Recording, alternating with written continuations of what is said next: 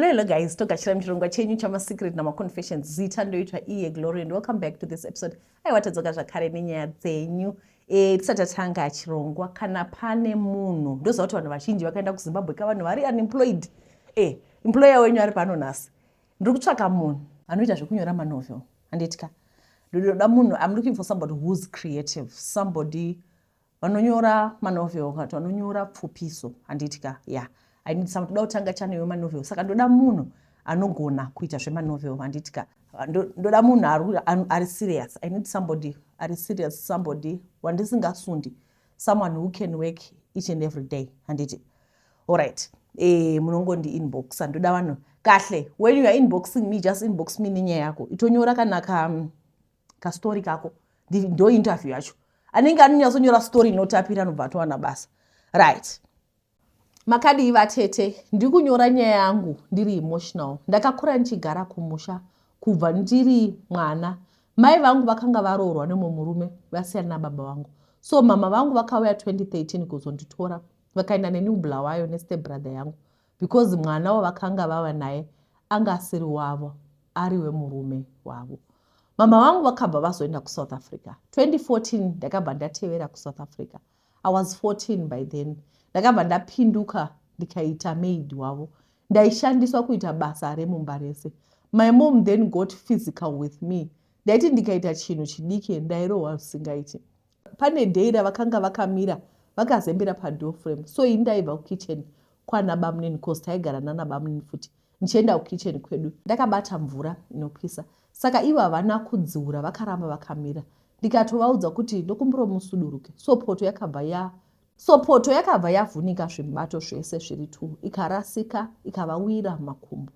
Havana kumbotsva kuita mablisters, but ndakarohwa nemigoti, mabroom, vachindisundidzira, vachindirovera kumadziro. Kusvika muviri wangu wava namo, usisina chaunonzwa. Vanhu vakazama kuvabata, vakati ndisiyei mwana wangu, ndini ndakamusvara, amundiudzire zvekuita. Time went on, ndichishungurudzwa, ndichibatwa rafu kudaro. I remember pandaida kubatwa chibharo nastepfather vangu. Ndakaudza mama kuti dedi vauya mumba ndakarara vakatanga kundibata-bata. Ivo vakabva vati pamwe vanga vachitarisa kuti mararamushe here. Zvese izvi ndaisaziva kuti ndistepfather ipapo. Ini semwana anga akakurira kumusha taiziva kuti haufaniri kuonekwa nemurume wakashama. But ndaiti ndibaba ndakanga ndisina basa nazvo. Vaiti vakapinda mubedroom ndichigeza, vaisvika vondibata sikarudzi yangu. Vobva vatanga kubata mazamu angu, vobva vabuda voenda. Umwe musi ndakarara, so ndairara nestep brother yangu. I think vaitiisira ma-sleeping pills because ndairara kufa. Vaiti vakapinda mubedroom angu, vaindivhura makumbo, voisa pendi paside, vonditora foto.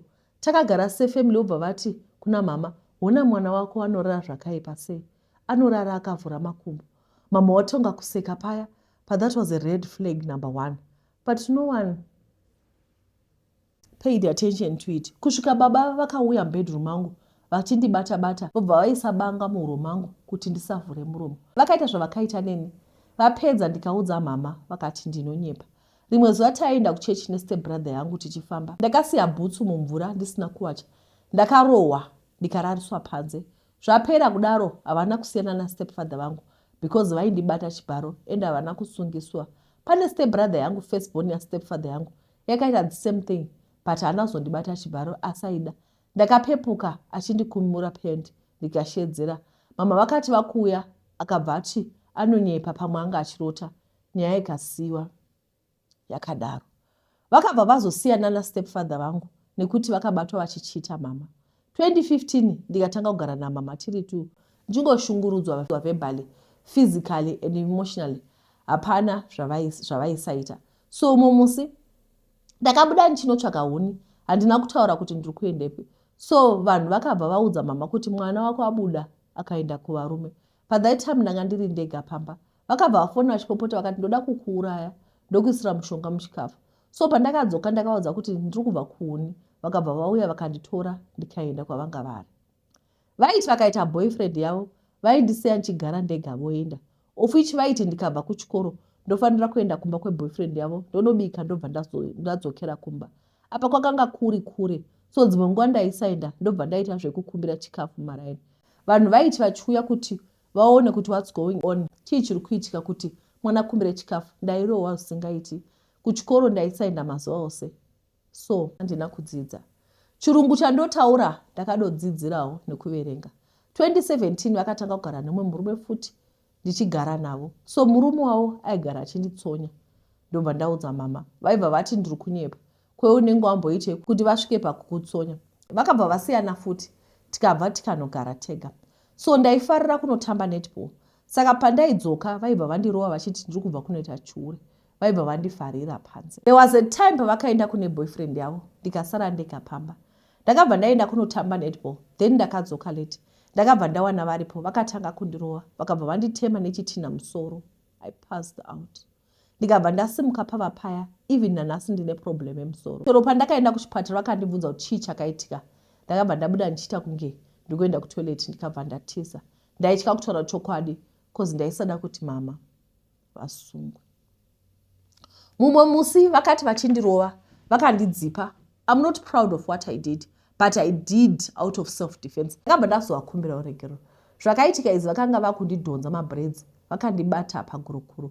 Ndakabva ndakotama ndikanonga chidhina, ndikavatema pagumbo kuti vandiregedze. Vakabva vatanga kupopota casing me. Vanhu vakanga varipo vakabva vati you are the one pushing the child kuti azviite zvaanoita izvo. Vanhu vakati vaenda, ndakarohwa kusvika ndisachagoni kuchema. Everything chavaita it was about vana vasisi vavo. Vaiti vakapiwa hembe kubasa, vaipa vana vasisi vavo, indaisapiwa. Mapedzi chaiwo ndaizvitengera kana kutopfeka madhende, asi mai varipo vachienda kubasa. Vakabva vatanga kudanana neMuzulu. Apa kwaive kure kwaigara murume wacho kumahostel kunotyisa. Nzvimbo yacho inozikanwa nenyaya dzekuuraya vanhu and rape futi. Apa indaifanira kuendako ndichinobika. Ndobva ikoko usiku, ndaisapiwa mari yekombi. Ndaifamba ndichienda kumba, she didn't care. Ndaitofamba ndichikumbira chikafu muvanhu. Zvakabva zvaita worse cause vainziva nemudzimu, so she cares me a lot. Obva vati, hauroorwi, uchafa uchitambura. Ndozvandataura izvozvo. Vakabva vamuvha neMuzulu wavo to a bigger place in a 3 rooms kuitira inini. So that's when I met baba vemwana wangu wandinaye. Muzulu ye ndini ndaitoita kunge mukadzi wake. Ndaimuitira zvese. Chero ndakarara ndaimutswa kuti ndimupe chikafu. Umwe musi pane nyaya yakaitika. Mama vangu vakabva vatanga kundituka vachipopota kuti dei ndafa. So ndakabva ndatora mushonga wemapete uri dangerous ndikamwa. Ndikabva ndatora sanitizer ndikamwa. Ivo vakagara pambedha. I passed out ndikamukira kuhospital. Ndakarapwa ndikabva ndadzokera kumba. Ndo madhezi andakadana nababa vemwana wangu. Though takazosiyana. Zvaitika izvi ndakaita pambiri. Ende baba mwana vakanga vasina basa, so vakakumbira mama kuti ndigare navo vachitsvaka basa. So ndaipota ndichienda kumaprofita ndichinobatsirwa. Saka muprofita uyu akabva andichiva. Akandiudza kuti mimba yangu inogona kubva. Akabva andisungirira shinda muchiuno. Indi aisaziva kuti zvakanga zviri zvekundikwezva kuti ndidane naye. Pasina nguva muprofita uya akaenda kuna mama akanovaudza kuti mwana wenyu ndomuda. Mama vakanditaurira naye. Ndakabva ndamubvuma but ndaisamuda ndine nhumbu yeumwe murume. Ndikabva ndatizira kune muprofita uya. Tikagara zvakanaka, aichengeta mwana wangu zvakanaka. Ndakabva ndazosiyana naye nekuti aihura usingaite. Ndikadzokera kumba kwedu, asi madzibaba ava aichengeta mwana. Mama vangu vaindisiya pamba pasina chikafu, ende ini ndaisashanda. Then takazotanga kuita zvekubika machips nekota muchishopu neshamwari yangu. Taiti tikaita mari, mama vaibva vaikwereta, ende yaisadzoka. So friend yangu ainzwa mutsipa, aisagona kubva across a road ega. So ndakamuperekedza. Ndichidzoka mama vakatanga kuti ndanga ndaenda kumaboyfriend. Vakada kundirova ndikati why muchida kunditreata kunge mwana mudiki ndine mwana. Vakatanga kurwa neni, vakandidzipa futi. So ndanga ndakunzwa kuti I'm now suffocating. So ndakavaruma paruoko. Vakabva vatanga kundikesa futi vakati chishopu ichocho muchachivhara. Chakabva chavhara chishopu chiya. So baba vemwana wangu vaiti kana vakuda kuona mwana wangu, vaida kuti ndinorara ikoko. Apa akanga ane mukadzi. Vakabva vatanga kurwa nababa mwana vachiti ndoda madamage angu. Obva varamba kuti mwana aende kuna baba vake. Baba mwana vakabva varama kuchengeta mwana. Apa indaisashanda patime iyoyo. Then ndakazopiwa rimwe group nemumwe musikana rinotsvakira vanhu mabasa.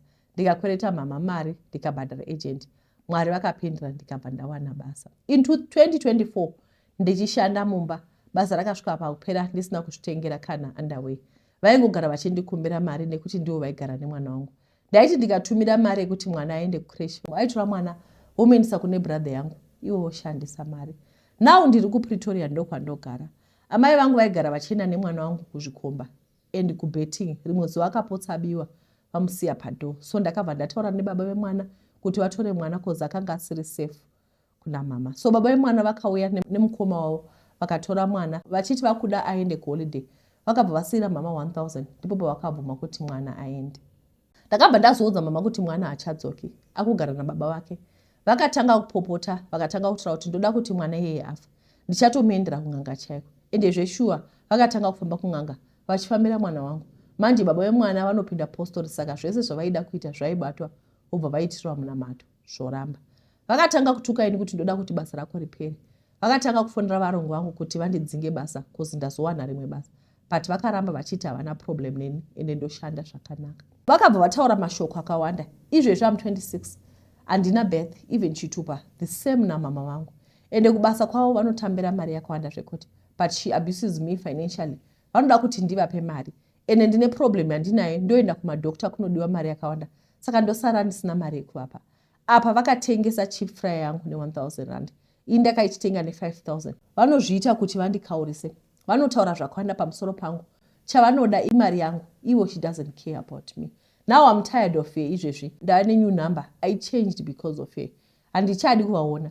Ndogara ndazvibvunza kuti kokana ndikatongwa naMwari kuti I distance myself from my mother. Nekuti vanhu vanogara vachinditi ndichatamba ngozi. Yet she's the one who pushed me.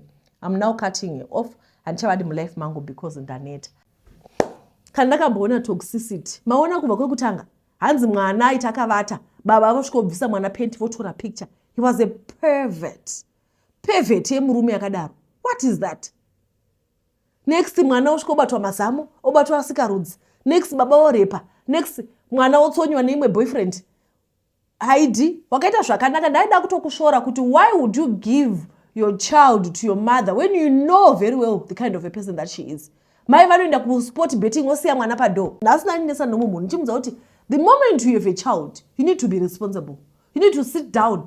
Zvekuenda kuma-sporting betting nekubuda ukamanya kuenda kukabuda uchiendepi. Sit down because vana they need stability and security.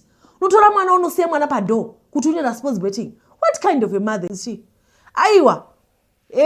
Ina ndidi kunyeperai. Maoti kwai I'm cutting her off and chavadi mulife mangu. Pane vai vane vachingoti ngozi. Aiwa.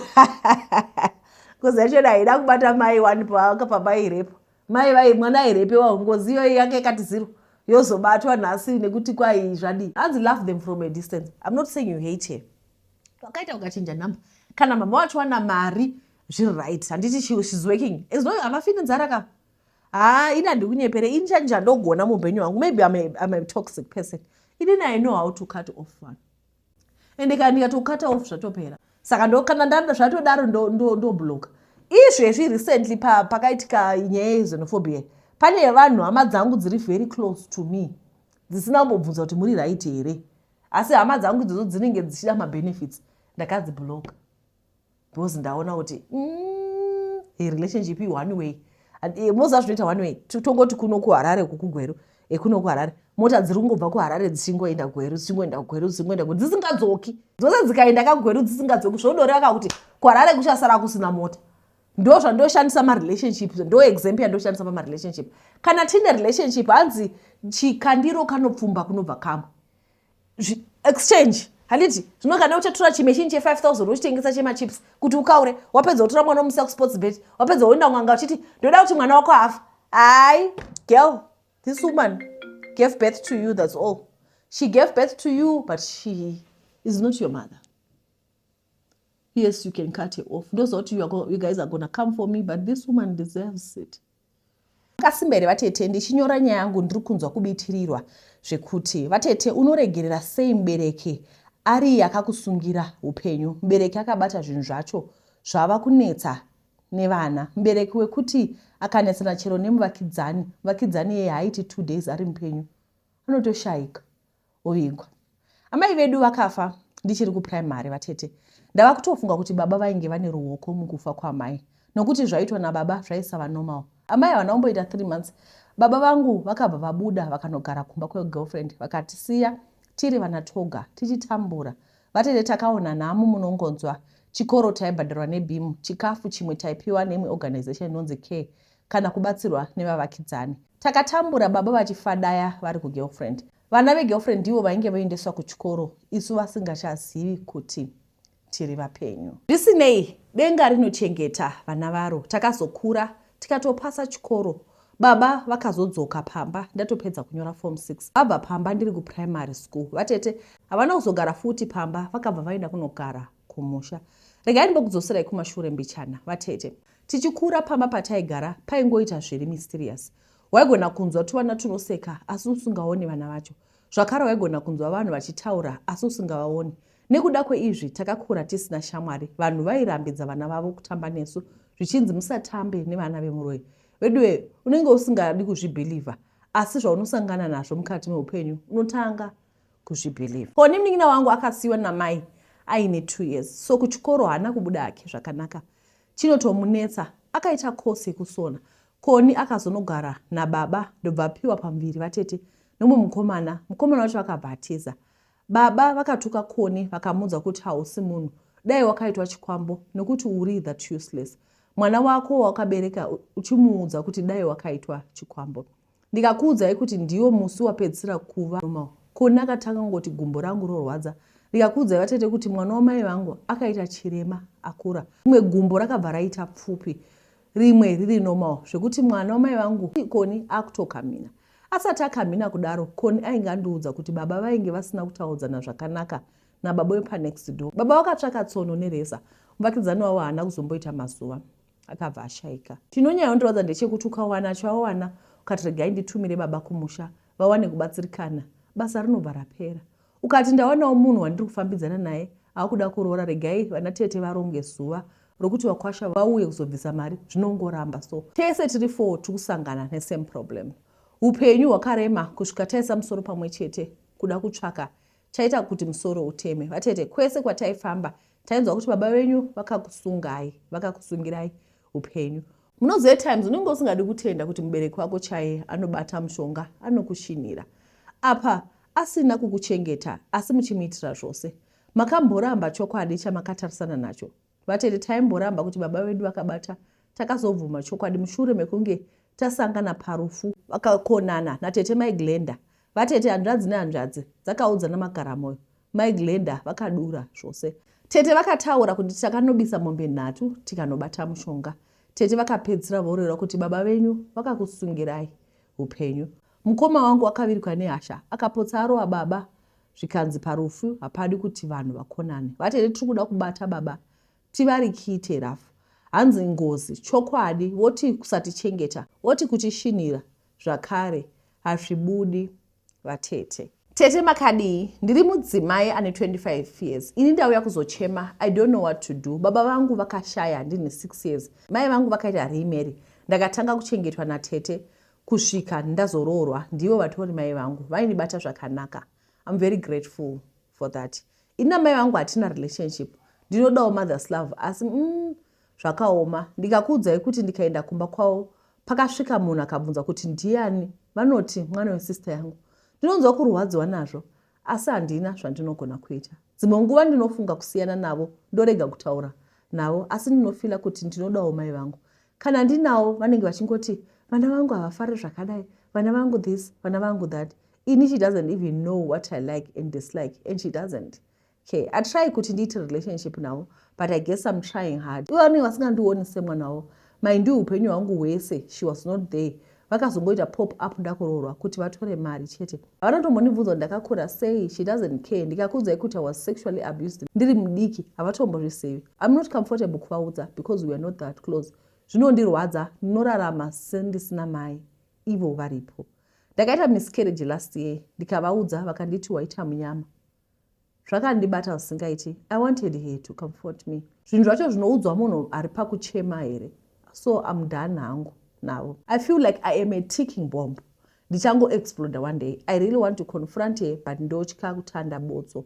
Ndokumbirawo mundibvunzire wedare kuti ndokwanisa kuvabvunza here. Ndobvunza sei zvekuti handizotandi botso. Sei mai vako vasingatandi botso nekuti vakakusiya. I don't know, our culture is just complex. Because pane zvinhu zvekuti mama was never there. And mama was never there in your life, your entire life. She was never there. She just popped up kuti vatore mari. After that vanenge vachiti vana vangu vakazodai vana vangu, saka iwe what are you to here? What are you to here? Guys, ndoziva kuti kudenga there is a fair judge. I know kuti you guys will say ye munhu achatanda botso, ye munhu achadidi, but kudenga kuna Mwari, and Mwari is a fair God.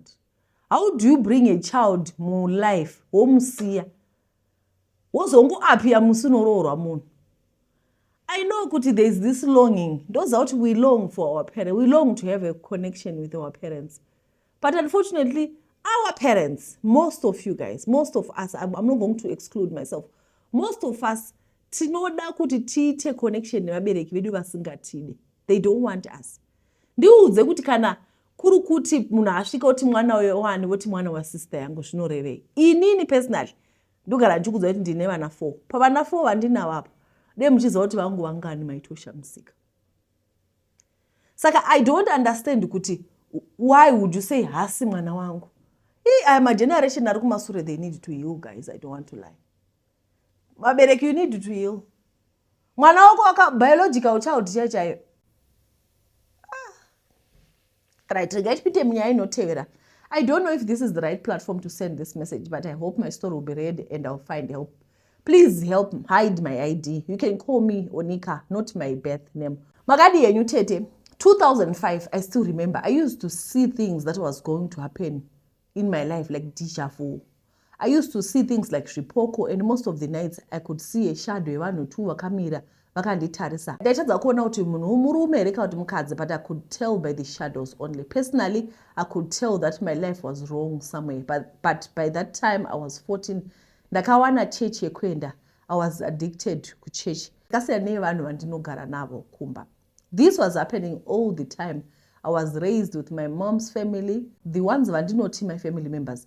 Kwa baba ndandisingadiwi, and I never knew them, so inini navo relationship yakafa. I tried kuenda kumusha, but sure, the welcome that I got was something else. So ndakasvipa pasi ndikati handisvikiko futi. Later on ndakazoenda kumba kwatete vangu, hanzvadzi yababa. Ndakanogara ku 1 week. First day things were good, but mazuva achipinda ndakatanga kuona kuti hapasi right pano. Ndikabva ndati ndakuenda kumba kwedu. Ndakadzokera kumba kwana mama, ndaigara nagogo. Amai vangu, yo, what a life she used to tell me face to face kuti handikufariri because uri mwana womukwasha. Handina ukama newe. Tete, imagine the person you call your guardian angel telling you this. I couldn't do anything or tell anyone about everything that was happening. Kuchikoro secondary, whenever there was something to celebrate for me, hapana aiuya except my English teacher because I was good in English. My mom vange vari ku South Africa fighting for a better life for me. I can't go in detail, but I had bad experiences with all my mother's sisters. So to me, the relationship. Back to my story. Pakazoshayiwa mari pamba. Ndakatukwa zvekuti today I blame God for creating me. Please allow me to wipe my tears for a moment. Ndakaudzwa everything bad that a person can imagine. I tried to kill myself 2 times. First time ndakaita overdose. Second, I took mushonga wekumakonzo, but hapana chakandiuraya. The following day, pakazoonekwa kuti I was not the one who stole the money. Tete, I was heartbroken. Kunyatsonzwa kuti there is something broken inside me. From that day, I was never the same. 2018, I started working doing my attachment. Ndikaseva 2 cents twandaipiwa kubasa kuti nditore passport because shamwari yangu yanga yandinvita kuti ndiuye kuno kuJoni. Some months later, ndakaoneka ndakananga ku South Africa. Ndichisvika pa Big Save in Joburg. I told my friend kuti ndasvika. He told me kuti ndimire pa entrance. He was coming. He blocked me. Some minutes later, Tete, I was scared. Then I started kutsvaka help. When I went to Sayoja in Kempton Park to seek for help, they refused to help me. I was stranded, Tete. Then I got help with some other men for a night. Then later on that day, ndakafonerwa neimwe ngochane so. Murume yakandibetsera Tete. Ndadzoka, he never asked me for anything. He was being said for me because he said he understood. Ndakadzoka and things were a bit better because I got help from my sister, from my mom's sister. Zvakamboita nani, but zvakazoita worse Tete. COVID-19 ndakadzingwa futi kumba kwana mama. Ndikanogara kumusha, mama vanga vadzoka kubva ku South. Vaenda kunorima. So I joined her. Even though it was my first time, we survived COVID in peace because my mom, she's hardworking. She's a hardworking woman. Ndambotaura kuti ndine mhepo inonditeera. Ndakugara kubhindura Tete, ndakamborwara kuita kunge ndichafa. Ndaiti ndakarara nguva yekutonhora, ndaidikitira nekusiya magumbezi akatota. ndaingodedera ndikada kusimuka ndaiona rima plus musoro wangu wairwadza ndichinzwa chibayo pachest. Nechekumusana pakazouya mukomana akangouya, a friend of my mom, akati he knows someone who used to help people in their village. Vakauya baba vaitaura vakandibvisa zvinhu in my body, skin yenyoka yakamonera vhudzi retsono pakati. Vakati that's why ndichinzwa back pain. Tete ndakazoita zvakanaka. Nambotaura tete kuti inini my love life is very difficult. Ndakatanga kuda vakomana since I was a child in my relationship. In my relationships I'm the woman. Ndakanga mautaura kuti ndakazoregedza kuenda kuchurch because of what I was facing. Then ndikabva ndatanga kupinda another church. Tete I went outside of the country to preach the gospel for 2 years thinking that God might change my feelings into loving women. But ndakadzoka last year November, but still ngoma ndiyo things are tough spiritually and physically. I'm tired of typing. I need a moment to cry. Ndichadzoka nepart 2 ndichitaura zvimwe zvandasiya nezvasara. Upenyu hwangu ndewekugara ndichingochema. I don't know when was last time I was happy. I'm depressed, unhappy, sad, and I'm now 26 years. No happiness. Please, kana pane anokwanisa Sangoma, who is this powerful Sangoma, who can help me? Please do help. I just want to be free from where chikwambori pandiri ubve. I'm a chef, but mabasa ndiri kunzvengana nawo. Handina mari asi ndikawana nobatsira ndikashanda, I'll pay. This is my number, but ndikawana mubatsiri serious ndomupa number dzangu dzandiri kushandisa kuZimbabwe. Yeah. Alright. Munhu anyora nyaya yake handina kunyatsoinzwisisa. I've realized kuti munhu anyora nyaya yemurume vari kuti ivo maparents akavasiya, akakura kwagogo, akaenda kwatete, aisadiwa, akanyanyofesa rejection yakanyanya, but iye kubva ari mudiki anoti iye anoda vakomana. And ari kutotaura kuti inini ndakatombonoparidza gospel ndichiti kuda Mwari vachandichinja, asi mafeelings angu ndiwo ngoma ndiyo. Then vazoti kwai makaburitswa nyoka, skin yenyoka ikanga ikabaigwa patsono, because kumusana kwavo vaiwa back pain, but masymptoms acho ndandafunga ndeye COVID because vanhu vaivata mausiku achitotesa magumbezi nekusweta and all. So ari kutsvaka sangoma. I don't know kuti sangoma uyu ndewe what kwai ndewe kubvisa chikwambwere. I really didn't get the story. Ndona sekuti sometimes some people they struggle to tell their story. Yeah, ndozvandiri kuona. Alright, rega tipinde munyaya inotevera. Hi auntie, so I'm a 23-year-old girl. Ndakazvarwa ndiri 1. My mom and dad separated when I was 2, and kubva ipapo ndakaendeswa kwagogo mai vamai ndikakura kusvika pakuenda kuchikoro kusvika pandakagumirawo. So my story goes like this. Ndakakura ndisingazivi love yamai. Upenyu hwese handinambobvira ndagara navo, ndivo havanambobvira varoorwa ever since. Zvinhu zvaingondinetsa mukukura kuti why mai vangu vasingadi kugara neni okundidawo sezvinoitawo vamwe vana mai vakazvara mwana 1 chete. Now that ndakura kudai ndinoonana namai vangu ka1 pagore, okusatovaona for like 3 to 4 years, asi tinogara padhuze nepadhuze. Tosangana pamafamily functions. Sometimes kana pasina atoya from a family, we don't see each other. Kutaura kwacho nawo ndezviya zveapo neapo, ma1 word answer. Futi hatorina communication seinofanira kuva pakati pamai nemwana. Now chakunyanya kundidya moyo ndechekuti pandinowati regai ndinoonawo mai vangu, maybe ndenge ndasvika kwavanogara ndongoti regai ndimbovaona vafari, ndofila kunge ndiri kuvakanganisira zvinhu zvavo here or something, I don't know. Ndikaenda kunoona vari kubasa vanoudza maworkmates avo kuti ndiri munin'ina wavo wavanogara navo pamba pavo. Ipapo vanoudzwa kuti ndiri mwana wasisi vavo. Asi I know kuti I'm 100% sure kuti ndimai vangu. Mubvunzo wangu uri pakuti ndingadiwo pasituation yakadai yekuti handina kana hama yababa chero 1 zvayo yandinosiva. Family yekwamai yacho ndongoziva gogo nehanzvadzi dzamai ndovandoti hama, asi still havana kubatana futi. Apa ini ndakazvarwa ndiri 1. Ndodiwo vedu vepakadai.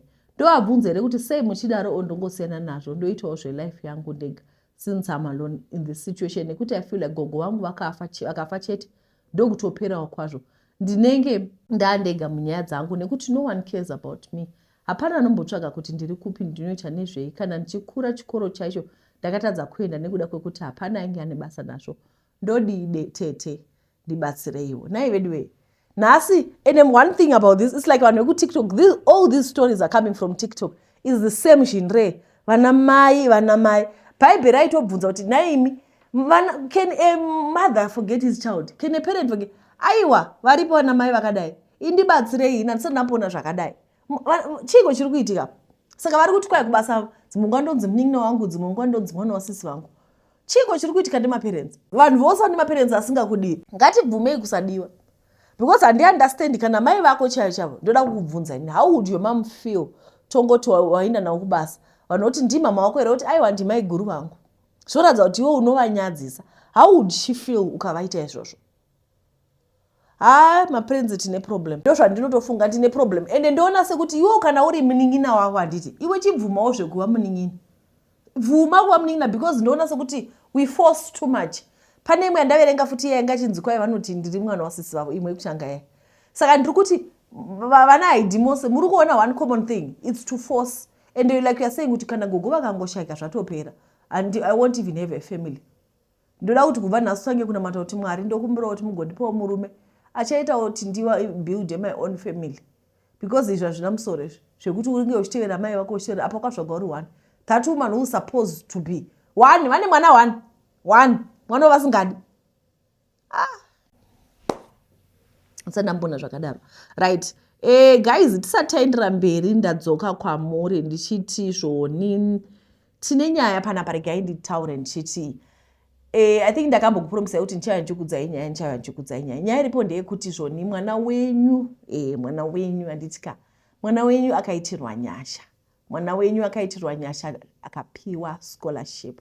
So the rest of July tanga tiri busy kuti angaenda kuHarare achinoaplya visa, achinogadzirisa mapepa ose, and zvese zviri kufamba zvakanaka. Visa rake rakatobuda, changosara kuti audzwe kunzi ari kuenda rini. Flight yake iripo, fees yake yemakore 3 ose iri kubhadhagwa at 100%. Handitika accommodation yake iri kubhadhagwa 100%. Chikafu chake chaachadya for the next 3 years chari kubhadhagwa 100%. Saka what we did last week is this entire month aida kuenda kuHarare kunogadzirisa visa. Saka paidiwa mari yevisa ndakamupa. Paidiwa mari transport ndakamupa. Paidiwa mari accommodation ndakatozoishayiwa. Ndakaona kuti aiwa kuti ndicharamba ndichizokumbira kuvanhu atizonyatsoita zvakanaka nditi tachangobuda futi panyaya ipi iya yekuconsulate. Saka right now changosara pamwana wedu ndechekuti vedu tisati tamboenda kwese toda kuti titende ivo sponsor ava. Toda kuvatenda. We are so grateful. Handidi kunyeperai. Remember mwana wedu ane mama vake vakashaya hana maparents. Ende munoziva kuti kuZimbabwe kana une condition yealbinism tine kamwe kakutarisira vamwe kukastigma katinoisa pavana. Asi ndoda kutenda rudo rwamatiratidza pano pachannel. You have managed to take mwana wenyu kuchikoro for the past 2 semesters. Mwana akanyora tsamba akati because of you I lack nothing. Kubva ever since you came into his life he has never lacked anything, and he is so grateful ati Mwari akuitire zvakanaka. Zakanyora akati an orphan with albinism who was in a desperate need has now gained more confidence, belief in impossibilities through investment yenyu imi vanhu pachannel pano. You looked beyond my circumstances. You saw possibility and you extended a hand of help and opportunity where men would have seen only obstacle. For that I'm profoundly grateful and I'm going to make you proud. I promise you my distinctions. Mwana wedu ari kufara handidi kunyepera. Vana mama vose ndoza kuti pana na mama anga achitumira mari yesunscreen each and every month. Pana mama vakamutumira mari passport. Paitodiwa mari passport pekutanga nditi. Paidiwa mari passport and mari passport yanga isipo ni mari birth rake ranga risipo musystem. Saka pana mama hadizotauri master vanhu nditogo master. Pana mama vakamutoresa birth.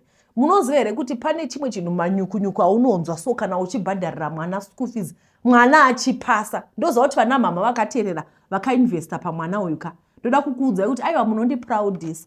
Mwana wenyu anopasa, mwana wenyu ane focus. Saka right now ari kuenda kunotanga semester new one muna August. Tatumigwa mapepa ose acceptance letter kuuniversity ari kuenda kumiri. Right? Mwana ari kuenda kumiri. Naika tatumigwa mapepa achona kuti iyi ndo acceptance letter, achanga achigara kuhostel iri, akanga achidla chikafu ichi, zvese everything is now panzvimbo. Handiti zvese zviripo. Saka chandiri kukuudzirai vana mama ndechekuti kuchikoro akanzi anofanira kuti iye ange achiuyawo nemari inosvika about $500 ndo mari yatiri kutsvaka. Like I said, ndakamutumira mari yekuapply visa, mari yekuenda kuHarare, mari yechikafu, mari yetransport, mari yechichi. Saka ini wenyu handisina mari.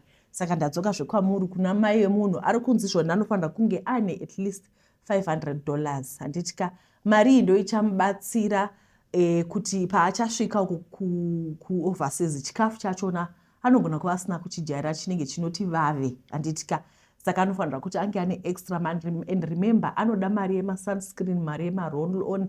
Uyezve mwana ari kuenda kuuniversity kakuoverseas anoda kuti ange akasvika kuri kudiwawo malaptop, kune zvimwe zvinhu zviri kudiwa kuchikoro ikoko. Saka tadzoka zvakare guys. I know kuti this year andozvizivawo vedu, ndozviziva, but tinotodi uyu mwana wedu uyu kawo anogona chikoro. Munoziva kuti paunonyatsoona kuti mwana uyu anogona, you feel kuti it's okay, let me invest. Saka ndiri kuti kune vaya vanoda kusidha, kune vaya vanoda kukweretesa Mwari, ndati vedu mwana wedu ari kukumbirawo $500 kuti ange achienda anotengawo makombiyuta, ange achitangawo zvidzidzo zvake zvakanaka. And on this nyaya I think we are done. Kubva the past, it's been a year, handiti? The past year we've taken him to school, mukamutengera chikafu chekudya, mukabhadhara fees, mukamutengera masunscreen, zvese. Iye zvino hamuchabhadhari school fees pane vari kungoibhadhara kusvika makore 3 ose apera. Vedu veJehovha akanaka, azi akataura akati vedu veka necondition yangu yealbinism iyoyo ndichitarisigwa pasi, I was just saying nobody. But Mwari vandibvisa apa vakandiisa apa akati ever since you came into my life ndakaziva kuti ndinana mai, I know how to relax because God is in control through imi vana mai. Saka ndangoti this is the last time andokukunetsai. Ndozvizivawo vedu, asi ndakambozama mazuva, ndozviziva kani. This is the last time andokukunetsai. Tobva mwana wedu obva abuda mumaoko edu, sponsor vakuita take care of everything. Jehovha vakanaka. Saka ndimoziva zita rake, zita rake anonzi Blessing. Saka kune vose vanoda kubatsira Blessing, ndoda vanhu 4 kana 5, havasi vanhu vakambowanda vandiri kuda. Ndokumbira kuti mungondi inboxa toita mari yachona kumukuru tomutumira oenda kuchikoro. Musi waachaenda kuchikoro ndichakuisirai mapikicha. Mwana ari kufara veduwe. Kune vese, to everyone who has made this possible from day one, masunscreen zvese, chikafu, fees yaBlessing, ndinokutendai. Thank you for showing unconditional love. Nasima kusenda mza ndikati, you know what? Iwewe, I don't even know why would you think yourself, we look down upon yourself. Yeah, in albinism is a condition, and vana mama, they will not stop laughing, including me. We won't stop loving you because you have albinism. Akazakati, I wish my mother was here today. You know, you're so emotional. But tote namari for all this. Right. Hey guys, ndokutendai nekuteerera chirongwa kwamaita. Mwari vakuitirai zvakanaka. Ndichadzoka zvakare muzuva ramangwana nenyaya dzenyu. Ndatenda. Bye bye.